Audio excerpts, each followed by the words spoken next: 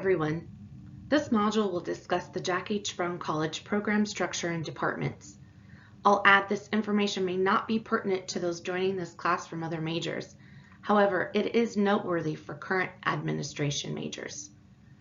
Degrees in the Jack H. Brown College, or JHBC for short, are slightly different than degrees in other colleges. To provide an example, students in social and behavioral sciences may have many choices for degrees, ranging from social work to geography and even psychology. However, in the JHBC, there are 2 degrees offered, a Bachelor of Arts Administration and a Bachelor of Science, Information Systems and Technology. Given the BS degree does not require this course, it will not be discussed. However, if you are considering this option, I'm certainly willing to have an individual conversation. Everyone in this major will earn a Bachelor of Arts in Administration, which is noted at the top of this slide. Sometimes students fail to realize this is the degree, not the concentration. As an example of that, some students will say they're earning a degree in accounting or a degree in management, but this is not the case. Additionally, for purposes of resumes, note how the degree is listed at the top of the slide, as this is how it should be written, with the addition of course of the concentration.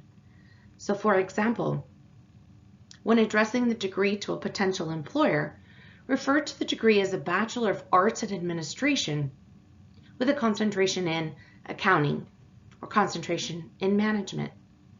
Having a degree in administration is beneficial because it is flexible. Students can have a concentration in management but end up having a career in finance or marketing because of the wide variety of classes completed and the fact the degree is in administration rather than a particular concentration. Now, onto the requirements.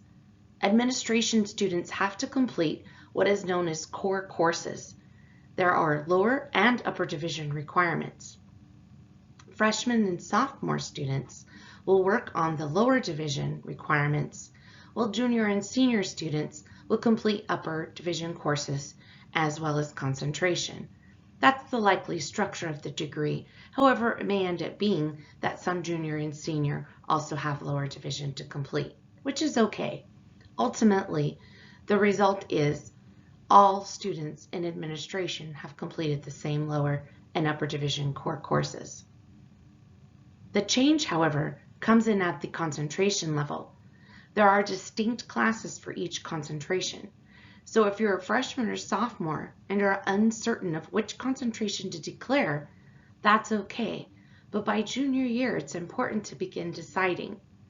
The reason for this, students in the administration major cannot graduate without declaring a concentration. So you have to decide eventually. Taking upper division courses that are of interest early in the junior year can help identify a concentration. Many are also prereqs to the concentration. So for example, Finance 3001 is a prereq for finance concentrations, but it's also an upper division requirement. We'll discuss advising later in the semester, but having a background on the structure is important. Now that you have some understanding on the degree structure, I'd like to provide some background on the departments. Being familiar with the departments is helpful when seeking faculty assistance or if there are enrollment or scheduling questions. Additionally, if you'd like to further discuss career opportunities, options can be discussed with the department chair. This slide provides a breakdown of the concentrations and their location within each department. There are 5 departments within the College of Business and Public Administration, and each department is managed by a chair, housing specific concentrations. Some are obvious, like accounting and information systems, but a few less obvious are international business, which is housed in marketing, and business analytics, which belongs to the IDS department. If there is uncertainty of the concentration you'd like to declare, as previously mentioned, that's okay. Throughout this semester, you will be viewing videos to learn more about each of the concentrations and now have the names for each department chair. Identify the concentration selected and note the department to which it belongs. It was recently announced that entrepreneurship will be its own school. The School of Entrepreneurship will open this fall under the direction of Dr. Stoll. For those interested in entrepreneurship, connect with Dr. Stoll for details. And in the meantime, the college has appointed Dr. Stella Q as the interim chair for management. Do not hesitate connecting with chairs as needed. Starting a new university can be overwhelming, and applying to CSUSB may have been a nerve-wracking experience. And to top it off, a major in concentration had to be selected. Identifying a concentration may have been a guess, a recommendation from a friend or family member, or perhaps the concentration chosen has been a passion or interest for a while. Regardless, it is worth asking yourself, is this the right choice for me? Remember, as mentioned earlier, the degree is administration, so in the grand scheme of things, regardless of the selected concentration, you will find success. However, it is encouraging to know the selected concentration complements not only career goals, but also your personality. This course will provide insight to all concentrations and potential careers within administration. But first, take a personality assessment. See if it matches your declared concentration.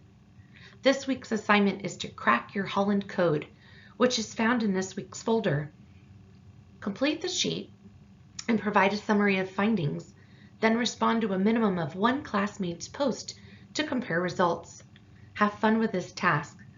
The other item included in this week's folder is a JHBC viewbook, which reviews the concentrations within the college.